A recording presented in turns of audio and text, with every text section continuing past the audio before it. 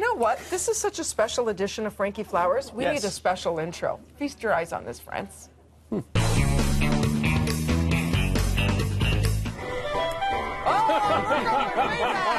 we're bringing down the facts, or is it folklore? Play along with us, friends. Frankie Flowers, I love this idea.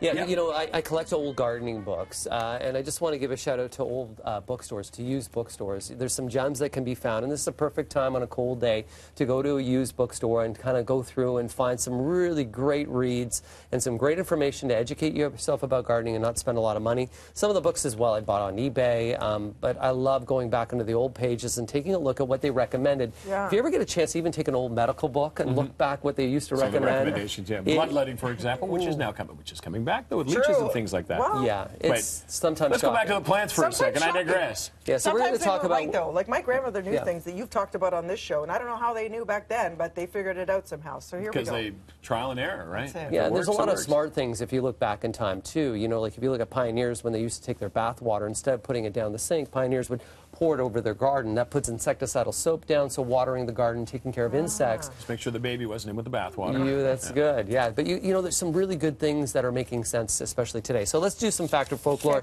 whether they're going to work. So, bottle of wine. I got a bottle of wine on the table. It's empty bottle and I know of wine. that there's lots of empty bottles of wine, but did you know, or is this a fact or folklore, it's a great way to repel moles. And moles, of course, are like mice that are in garden areas. To repel moles. I'm going to go with fact. It's so bizarre. I'm going to say fact as well. That they get confused. They hit them and get confused by them. Well, it's not that. What happens is if you take that wine bottle, you bury it down to its stem. As wind passes across the wine bottle, it vibrates the bottle. By vibrating that bottle, it will then vibrate the soil around it. So it's just some sensation that they don't like. A deterrent. Interesting. Old gardens, if you remember old gardens, they would always take what are whirligigs. They would actually take these little things that would blow around in the wind, and they'd be on metal poles, and that would shake the pole. That was the whole idea of why they would place them in the garden, for mice and moles to repel them away. Smart. Wow. So it's not that they're hitting the glass, it's the sound that it makes. The sound that's and the vibrations going down into the earth. You guys ready for the next one? Yeah. Do we get that? Does that count? Because we weren't right as to why we knew it.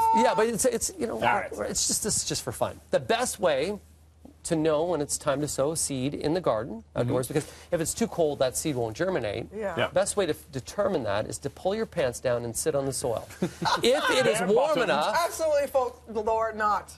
I'm saying not. Fact. So this is what's known as the bare bum test. Come on. Yes, and original name to it. Yeah, the bare bum test, and the whole idea is by sitting on the soil, you know, your body temperature, but if you sit on the soil and that soil temperature is around 17 to 20 degrees, that is the perfect time for seeds to germinate, and so it's warm enough. So even though it's somewhat folklore and fact, because it depends on what you can sit on. But yeah, do you have to do the entire field like that? Sit, move along, sit, move along. I don't recommend it because I'd be impressed if you can plant them that way too. If you're doing that and your neighbors see you doing this, it's going to be a little bit weird out there. So we were both sort of right because there was a fact and a folklore in there. Okay. Ooh, a little spin on these. So this is a saying that you found in one of the garden books too. Plants that sound alike should never be planted together.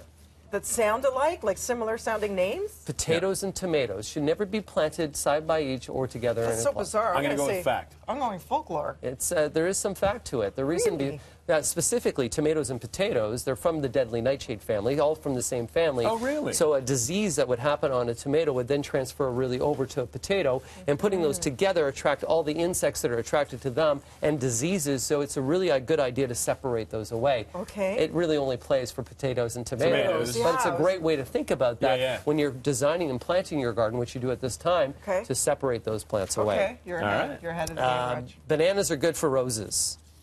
That's just so random. I'm going to say fact. Oh.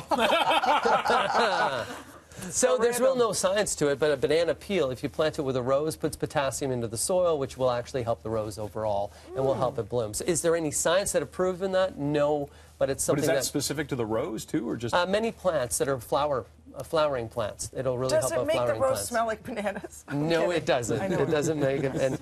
And you know, you guys were talking about mice. Yes. We were just talking about mice. Mint leaves keep mice away. I'm going to say folklore.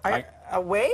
I'm going to go Hold with on. fact. I'm going to go with fact. Oh, Switching. you jinxed it. Yeah, something that you can do, and we have some dry mint leaves there. A lot of the times when people would actually close their cottages up for the winter, is in their drawers, they put mint leaves there because mice hate the smell of mint. And that smell will keep them away or at bay. Will it keep them totally out? If there's food there, they're going to still come for the food. They'll get acclimatized, but it's one way to protect yourself.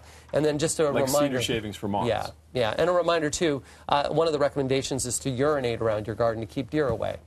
Really? And that's true. So Well, they see you that have as another deer's territory. Is that? Well, your smell Yeah. keeps them away. And did you know you can buy coyote urine and put that around? Yes, that I've heard. So let's get this straight. Frankie is squatting with a bare bum to test the soil. Bearing wine And while bottles. he's doing Bearing that, wine bottles. And then I'm peeing around the garden. Yeah. and peeing around That's the wine bottles. Frankie's neighbors, you're good people. Now we know. Thanks, Frankie. For more Now, information, where at does Frankie the Flowers. mint come in, though?